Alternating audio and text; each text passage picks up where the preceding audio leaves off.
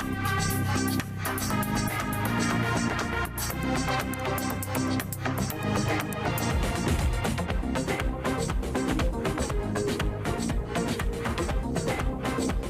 and welcome to Marketing Matters. I'm Peter Applebaum. In this episode, we're going to help you to win that pitch. Wouldn't business be so much easier if you didn't have those pesky competitors? Assuming that's never going to happen, you need to know how to come out on top when potential customers compare your products or services against any number of alternatives. Winning a pitch gets to the essence of marketing, persuading someone that what you're offering is better than all the other possible solutions. As is so often the case with marketing, however, it's far easier said than done. So what does it take to win more pitches than you lose? To find out, we're going to speak with experts who have won thousands of business pitches over the years. First, we're going to chat with the head of the world's #1 co-working, serviced and shared office marketplace, Grant Phillip from Office Hub. We're also going to speak to Michelle Juicy from business technology company Hotline IT and litigation lawyer turned speaker and pitching for business trainer Andrew Klein from Spike Presentations. To become the biggest online shared office marketplace in the world, based in Australia no less, is a huge achievement. Here to tell us how he has done it is Grant Phillip from Office Hub. Welcome to Marketing Matters, Grant. So over 30,000 happy customers. Well, yeah, it's crazy, isn't it? It is amazing. It was a small little startup only 4 years ago. Right. All of a sudden we're taking on the world. So tell me, how is winning business different today than it was when you started out 4 years ago? Well, when I started 4 years ago, it was really just a simple model, put up a website, away you go. But today, you turn into this whole digital marketing machine, like a live and breathe, looking at AdWord reports and analytics and trying to pull apart the demographics of when we should be pushing and pulling ads, looking at all the listings online. It's a sophistication that I've never even thought about, but we're there now, and obviously now looking at Asia, we're now having to reinvent ourselves and be all these Asian experts and understanding a whole different culture, languages, and how do we even talk to them? Well, that's not even just such from a language point of view. It's also the different cultural mores. That's it. We've been calling away. No one's even picking up, and all of a sudden we go on WhatsApp and everyone wants to take calls, and you go, all right, we're on WhatsApp. WhatsApp it is. So you sell to two different sets of customers before you make any money. Obviously, it's the office space owners and then those who are looking for office space. Do you have to take different approaches for both to ensure that you actually get the sale? Oh, yeah, totally. Like, it's crazy. Like, the people looking for space, it's all about transparency and trust for them to actually click, push, make an inquiry, and making sure you've got really good content on there, really good images, and hitting them up at the right time with the right opportunities, right? For the workspace owners, this is a whole new language to them, right? Talk about sharing space and seeing how they can actually get a return on investment from breaking up their dormant office space. Right. So for us, it's about putting your little bean counter cap on and starting to show them how you can make an earn out of it. You can have a community, and you can have fun at the same time. And some of them are as big as 1,000 square metres, right down to just one small desk, right? There you go. So what strategies have given you the best results when it comes to winning pitches? The strategy is really do your homework. Right. Understand your audience. Like when we launched in Asia, the first trip was pretty much beer and dim sims, right? The next trip was a little bit more sophisticated. After that, we started going ahead and pulling out databases, remarketing them first to try and get some brand awareness on Facebook and LinkedIn and Instagram, hitting them up with EDMs, and then we went to the pitch of actually seeing them, so subliminally they knew we were there. And that was the unique thing, because all of a sudden they felt like that they knew us and understood what we were about and that we could be trusted, you know. So you created the touch points online and then you followed up with that face-to-face. Yeah. So briefly, what hasn't worked from a pitch-winning perspective? What hasn't worked, you know? I think when you get over there and you haven't done your homework, you haven't prepped, you haven't organised it, you haven't researched the industry closely enough and understanding what their requirements are, it's all just about planning. Right. And for us, you know, early days, a year ago, we went, didn't plan. Today, it's like a well-oiled machine. When we hit the market running. And it just works. Success is amazing. Like, we end up seeing generally around 40 different locations in the space of sort of 4 days. 40? Yeah, and strike rate of nearly 95% of all of them signing up. So the Asian industry is really above it, and here in Australia, the uptake is insane. So why have you got a 95% success rate? I think our point of differentiators is pretty tight. We've invested heavily with Salesforce as a CRM. We've custom built this thing to the nth degree. It's like a little weapon of sort of that just tells us everything. Selling. It just does, and it just guides us all the way along. So we can scale way quicker than we've ever been able to scale before. And we can actually communicate and deliver things on time every time without a single screw up. So we deliver really, really well on our word, and it just works. People are happy. Customers are happy.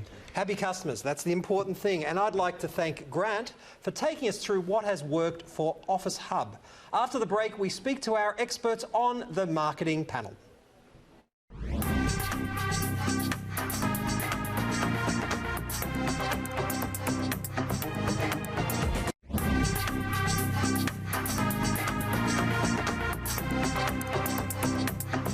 Welcome back. To discuss their thoughts about how you can win that pitch, we welcome back Grant, along with the CEO of Hotline IT, Michelle Ducey, and Andrew Klein, who's the Director of Spike Presentations. So, Michelle, you have thousands of competitors in the IT space. How do you even get to a pitch situation?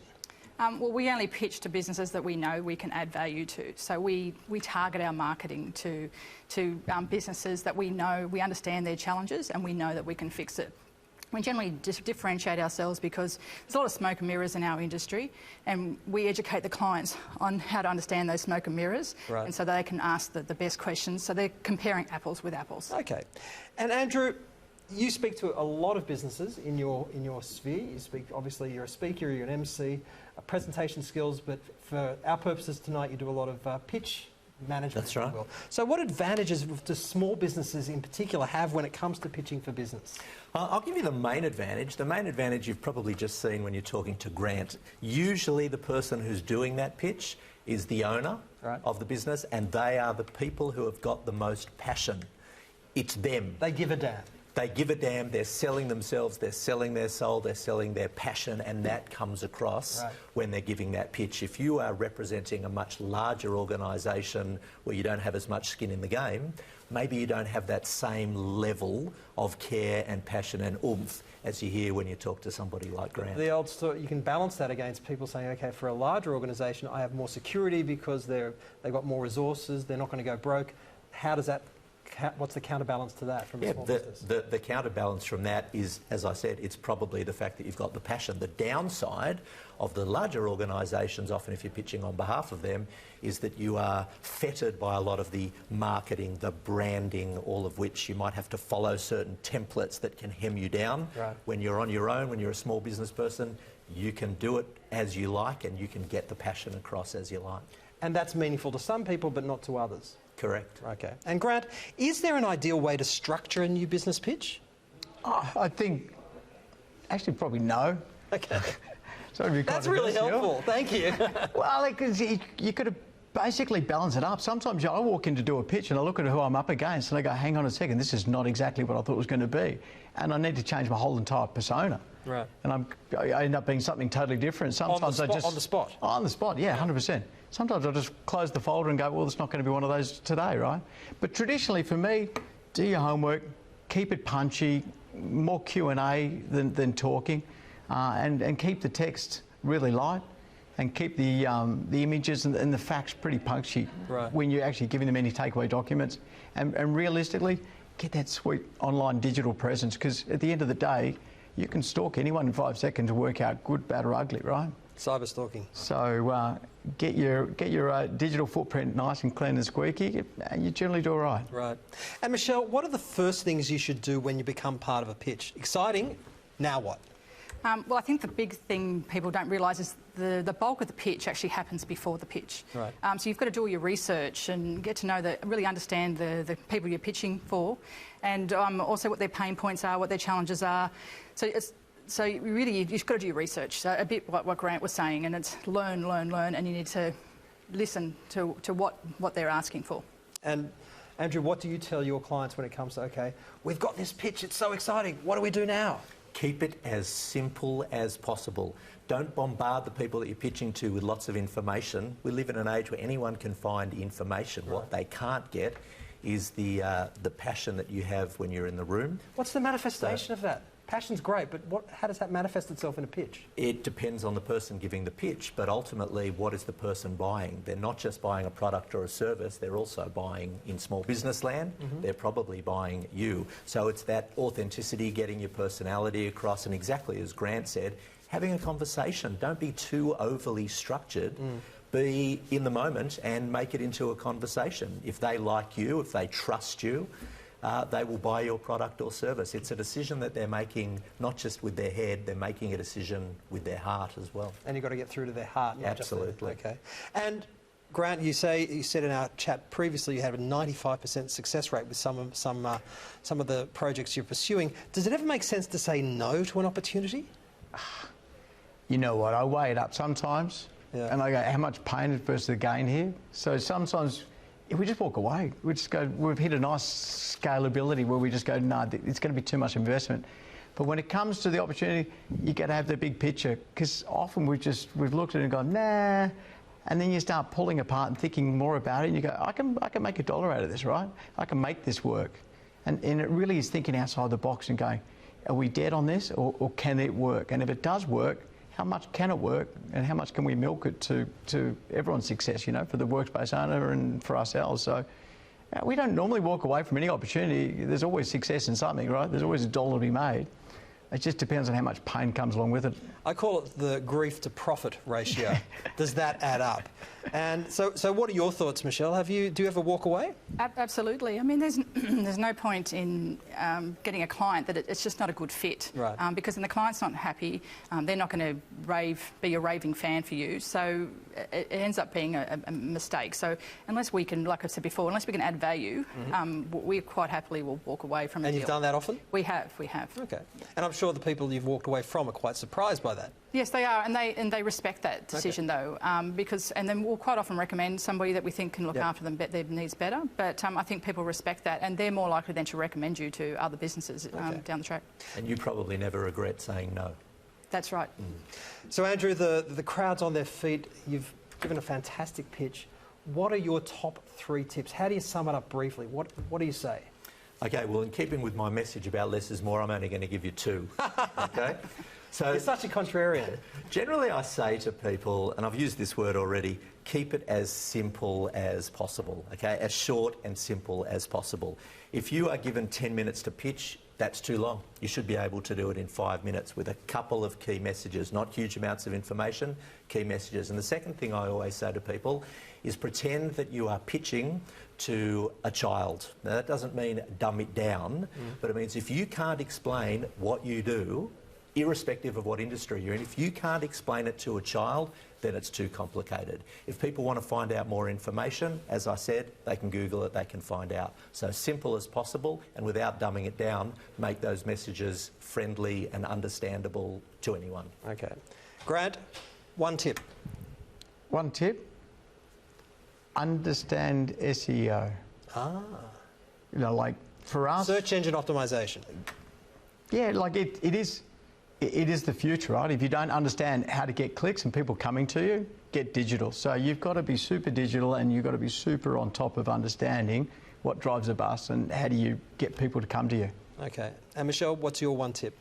My big tip is that people think the pitch is about selling, like getting the new customer. But to me, it's not. It's about working out if it's a good fit. So don't focus so much on selling. Focus on the conversation that Andrew was saying and getting to know the customer and get a feel for whether we think that and get the information whether it's going to be a good fit. Being a solution provider is a bit of a cliche these days, but I think it's just so appropriate and so correct, don't you think? Oh, absolutely. I mean, and my second tip would have been that basically it's not a one-size-fits-all. There's nothing strategic about having a solution that fits everybody. Right. Every So business is customised. different, so it's definitely and your pitch needs to be customised. Right, okay. So coming up after the break, we hear from some viewers and the panel will discuss their questions.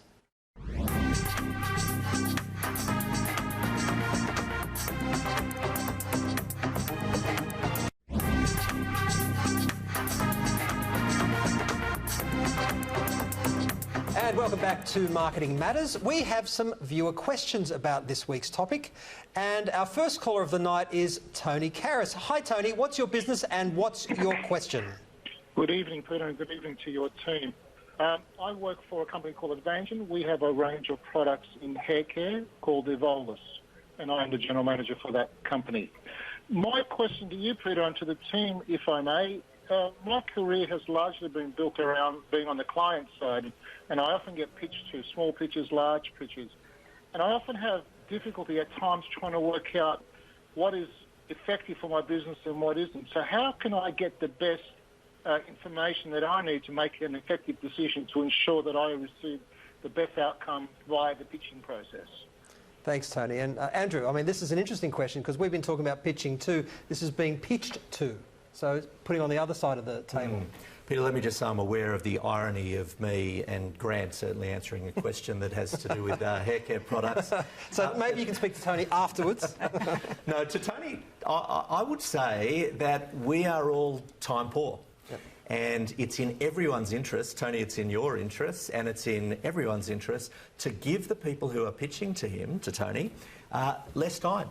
They should be able to get whatever it is that they're trying to get across in literally a couple of minutes. And from Tony's perspective, those couple of minutes probably are all he will need to make that decision. If he wants more information, good, he can find that out afterwards. But don't give people 10, 20, half an hour time. They should be able to get the key messages across very quickly. So Tony, Andrew says you've got to be brutal. And Michelle, what's your thinking? Well, I think they need to be asking you the right questions. If they're just telling you about how great their products are and all the features and things, then they're probably not the right, because they're not interested in you as a customer. They're just looking for the sale. So I think they need to be asking you the right questions. That's my main takeaway from that. And Grant, final point? Final point is they've got to do the homework. I always throw one question out there. So tell me about my business, mate. What do I do?